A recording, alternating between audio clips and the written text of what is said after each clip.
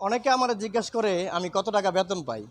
আসলে আমি কত টাকা বেতন পাই এটা প্রায় আমাকে অনেকে কমেন্ট করে এবং কি আমার আত্মীয়স্বজন যারা মালয়েশিয়া আসতে চায় অনেকে আমার জিজ্ঞাসা করে। তো আজকে হচ্ছে বেতন পাইছি। তো বেতন পাওয়ার পর আমি গুনতেছি। আমি আজকে আপনাদের সাথে জানি না শেয়ার করব কিনা। শেয়ার করার আগে কিছু কথা বলি। দেখেন, বিদেশে কাজ করলে টাকা তো পাবো অবশ্যই। কাজ না করলে তো আর টাকা পাবো না। তো বেশিরভাগ ক্ষেত্রে অনেক মানুষই জিজ্ঞাসা করে যে বেতন কত পাই? তো সেই কারণে আমি আজকে বলা বেতন কত পাই তো অনেকে জিজ্ঞাসা করে কতটুকু কষ্ট করি এই প্রবাসের মাটিতে কতটা কষ্ট করি এটা কেউ জিজ্ঞাসা করে না।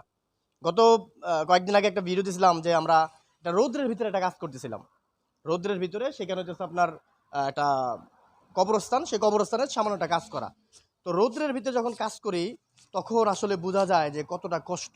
আমি একটু বলি আপনাদেরকে ১, ২, ৩, ৪, ৫, ৬, ৭, ৮, ৯, ১০, ১১, ১২, ১৩, ১৪, ১৬, ১৭, ১৮, ১৯, ২০, ২১, ২২, ২৩, ২৪, ২৫, ২৬, ২৭, ২৮, ২৯, ৩০, ৩১, ৩২, ৩৩, ৩৪, ৩৫, ৩৬, ৩৭, ৩৮, ৩৯।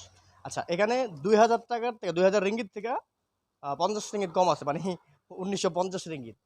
তো আসলে আমি আমি বেতন কত পাই সেটা কিন্তু আপনাদেরকে এখনো বলি নাই। বেতন আমি এর চেয়েও বেশি পাই আলহামদুলিল্লাহ। কিন্তু কথা হচ্ছে কষ্ট যে কি পরিমাণ করি এটা একমাত্র যে করে সে বোঝে। আজকে এই বেতনগুলা গুনতেছি আমার হচ্ছে হাওলাতের কিছু টাকা ছিল মানে বস থেকে মালয়েশিয়ার ভাষায় পিনজাম। তো পিনজাম নিছিলাম অর্থাৎ বাংলার ভাষায় যদি বলি যে বসের থেকে কিছু ধার নিচ্ছিলাম। সেই ধারটা কাটছে, কাটার পরে এই ব্যালেন্সটা আমার কাছে আছে। তো এখনো পর্যন্ত বাড়িতে টাকা পাঠাই নাই। এখনো পর্যন্ত আমার পরিবার আমার আশায় বসে আছে যে টাকাটা আসবো, তারপরে তারা খরচ করব। তো সব মিলাইয়া পিনজাম কাটছে। তারপরে হইতেছে আপনার এই টাকাগুলো বাড়িতে পাঠামু। সর্বশেষ দেখবো কি যে আমার এইখানে চলতে বিদেশের মাটিতে আমার চলতে আমার কাছে টাকা নাইকা। বেশিরভাগ প্রবাসীর যে সমস্যাটা হয় একদম কমন সমস্যা, সেটা হচ্ছে ভালো একটা হ্যান্ডসাম স্যালারি পায়।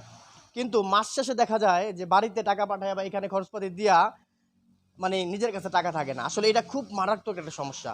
এই সমস্যাটা থেকে আমিও উঠতে পারতেছি না। মানে আমারও মাথার উপরে কিছু ঋণ আছে। বিশেষ করে নতুন যারা আসতেছে তাদের তো আরো বেশি সমস্যা। আমিও নতুন। নতুন বলতে আমি ২ ভাবে আপনারা অনেকে বোঝেন। আমি হচ্ছে একবার মালয়েশিয়া দীর্ঘদিন ছিলাম। তারপরে একবারে চলে গেছিলাম গা। তারপরে আবারও আসছি। অর্থাৎ কলিং এ নতুন করে আসছি। তো নতুন আসার কারণে আমার মাথার উপরে অনেকটি ঋণের বোঝা। দেখেন এটার অন্যতম কারণ দীর্ঘদিন বিদেশ করার পর দেশে গিয়ে ফুটাঙ্গিরি করছি, টাকা পয়সা ভাঙছি, টাকা পয়সা শেষ। পরবর্তীতে যখন আসছি তখন আমার বসের থেকে নিচ্ছি, আমার ভাই ব্রাদার থেকে নিচ্ছি, আমারও খুব ঘনিষ্ঠ যারা কাছের লোক তাদের থেকে নিচ্ছি। তো এই ঋণগুলো তো আমার পরিশোধ করা লাগবে। তো এই ঋণ পরিশোধ করতে করতে দেখা গেলো যে বেতন শেষ। মানে তাও কিন্তু ঋণ পরিশোধ হয় না। এদিক দিয়ে একজনে দেই, ওদিক দিয়ে আরেকজনে দেই, সব মিলাইয়া। তো দেখেন আমি যখন নতুন মালয়েশিয়া আসি প্রথম তখন আমার এই একই সমস্যা ছিল। আমার দীর্ঘ ৩ বছরের মতন চলে গেছে ঋণ পরিশোধ হইতে, হইতে। তো এখন হয়তোবা পুরাতন যার কারণে বেতনটা একটু ভালো, হয়তোবা কাজ-কাম থাকলে খুব দ্রুত সময়ে আশা করি যে ১ বছরের ভিতরে আমাদের ঋণ-ফিন পরিশোধ হয়ে যাবে ইনশাআল্লাহ। তো আসছি কিন্তু ৫ মাস, ৬ মাস চলতেছে আরকি। তো এই ১ বছরের ভিতরে আমি আশাবাদী যে আমার ঋণগুলা পরিশোধ হবে। কিন্তু নতুন যারা আসে তারা অনেক পরিশ্রম করে, বেতন খুবই কম পায়। তাদের তো এই ঋণ পরিশোধ হইতে অনেক কষ্ট লাগে, কষ্ট হয়, অনেক সমস্যা হয়।